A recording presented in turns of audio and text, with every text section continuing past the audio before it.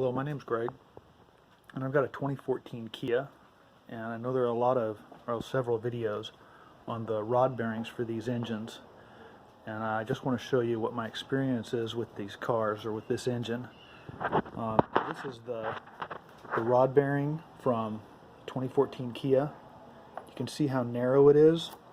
This is from a Lotus 907, and this is a 2-liter 150 horsepower engine, and the Kia is a 2.4 liter. And it's 11.5 to 1 compression ratio, and it's also 2.4 liter, but it's a much smaller bearing.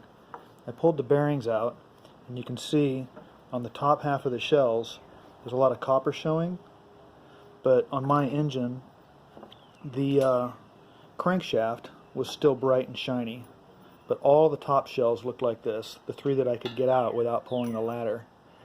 The problem with this job is that the ladder blocks the number 4 bearing. You can take the pan and the oil pump, which is also the balancing unit, which I'll show you right over here. This is the balancer. It hangs underneath the oil pan, and it's driven by a gear here. There's several bolts that hold it up, and they have to be put back in and torqued in sequence when you put it back together, which I haven't done yet, obviously. All of the parts on this seem to be glued on except for the valve cover gasket, and in order to get to that 4th bearing you have to pull the ladder plate off. I'll show you what I found when I first got underneath here.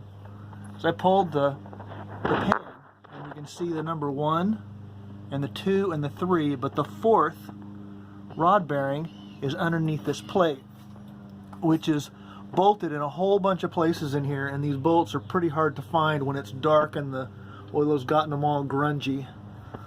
In order to get this plate off on this car, and I don't know about all the model years, but the 2014, I had to remove the timing cover. There was a guy on YouTube that got his off without pulling the timing cover, and I don't know how he did it, because everything is really well glued in there. So I tried first without removing the timing cover, but I found that that was going to be impossible. So what I did was I had, obviously the air conditioning compressor has to come off just to get the pan off, and I'll show you that bracket over here.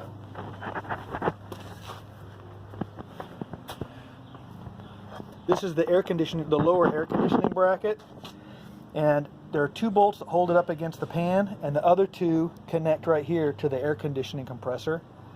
You pull those 2 bolts, and the one's holding it up against the pan, and it just slides right off, and you can pull the pan off, and the first 3 of the rod bearings are accessible at that point. To get the number 4, that entire plate on the bottom has to come off, and for me to do that I had to remove the timing cover, which meant I had to take the accessory plate off of the side, and that's what holds the alternator and all the idler pulleys, which you see right here. The alternator is well, let's see if I can hold this camera some other way. The alternator has just 2 bolts, but there's a sleeve in here that tightens it up when it's torqued on. You can see this right here, this sleeve, and when they tighten the bolts in, it makes it super tight, so it's very difficult to pry off. And there's all these flimsy metal vents and everything that if you accidentally pry against one of those are going to break. I didn't break any of them, but it's really hard while you're inside of there to get a spot where you can pry this clamp off of the mount and have any kind of purchase under the hood and leverage to get this thing off, because it was really tight. And there was a little bit of corrosion here that was, I think, holding it, but not very much for as hard as it was to get off. So once the alternator is off, then you can access all the bolts that hold this on. Hang on a second. And you can see them here. This is upside down. This being the bottom, and this is the top up here. You've got 2 on the top, a bolt here, and then these 2 are also holding it. So there's 2, 3, 4, 5 bolts holding it after the air conditioning compressor is removed from it. And it will come off, and the reason it has to come off is because of the tensioner. And the tensioner right here has a left-hand threaded bolt, which is it's the only left-hand threaded bolt on any of these pulleys. And one of the vehicles, this guy was taking the timing cover off, and he was able to access the timing cover just by pulling this pulley off. But you can see on this year model, they put a plate behind it, so even if you take the pulley off, you still have this in the way of the bolt. So the whole thing has to come off in order to get the timing cover, in order to get to the ladder plate on the bottom.